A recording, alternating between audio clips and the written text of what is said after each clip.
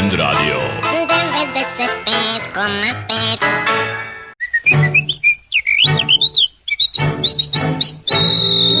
Uglomer. Iz mog ugla to izgleda ovako. Mislim da je ovo sasvim pogrešno. S moje tačke gledišta Ja to posmatram malo drugačije. Uglomer za različite stavove, nivoe i uglove.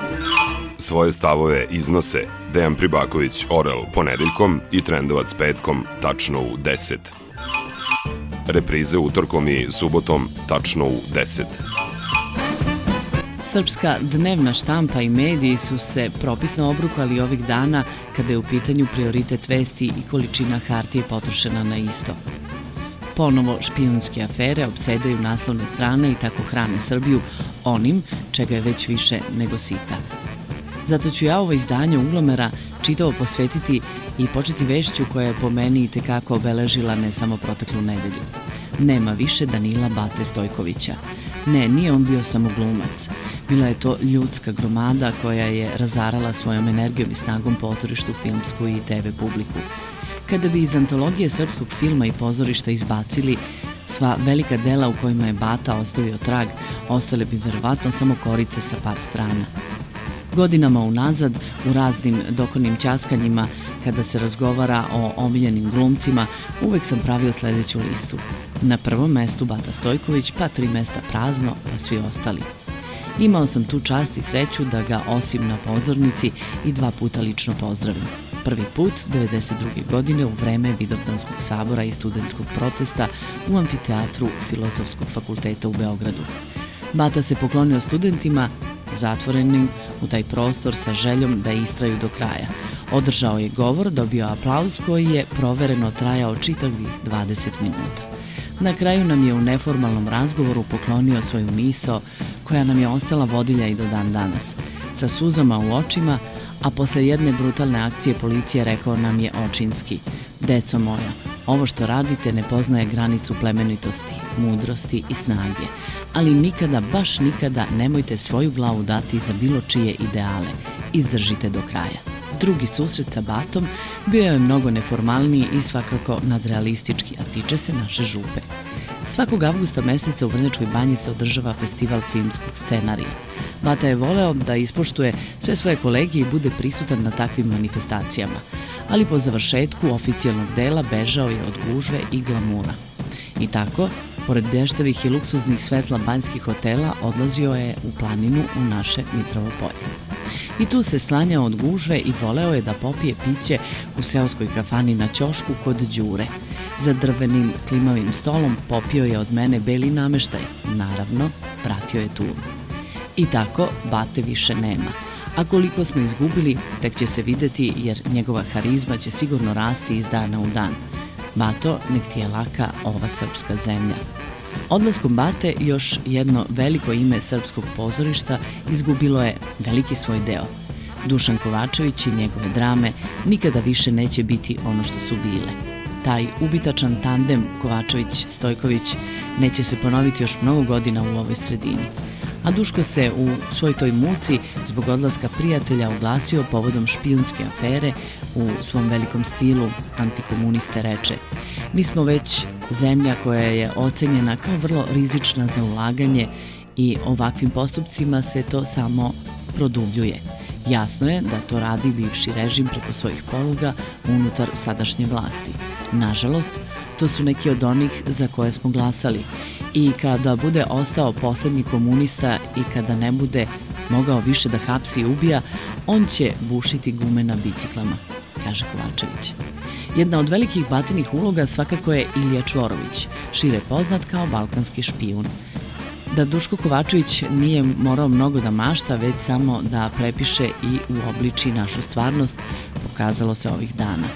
Dobili smo još jednog špijuna i to velikog, pravo iz vrha vlasti. Za razliku od premijera, ja svoje mišljenje o drugu Perišiću ne menjam dnevno. Danas o njemu imam potpuno isto mišljenje kao i 1991. godine, kada je 9. marta poslao tenkove na srpsku decu.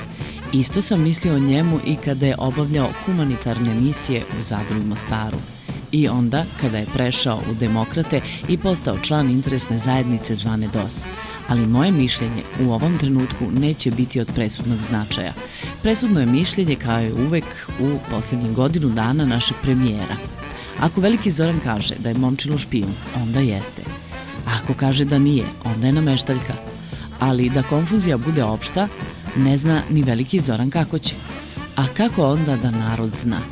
Titovi udbaši hapse Slobinog generala koji je potpredsjednik dosovske vlade. Ajde sad pa razjasni. Uglavnom, još jedna u nizu afera u vladi samo produžava našu agoniju i daje narodu igara. Za hleba mora da se sam snalazi. U ovoj situaciji možete samo da budete zbunjeni ili da se pravite ludi. Preporučio bih vam ovo drugo jer se zna šta radi lud zbunjenom. Nikad nećemo saznati šta je od dokumentacije razmijenjeno onog dana u motelu Šarić jer to je vojna tajna.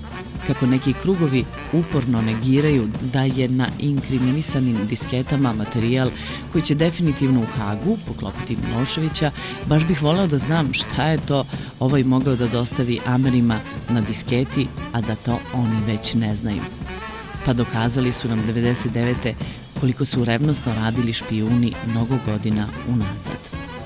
U prošloj emisiji pročitao sam neka obećanja iz predizbornog programa DOS-a i obećao da ćemo se i dalje družiti sa ovim štampanim materijalom iz perioda leto-jesen 2000. godine.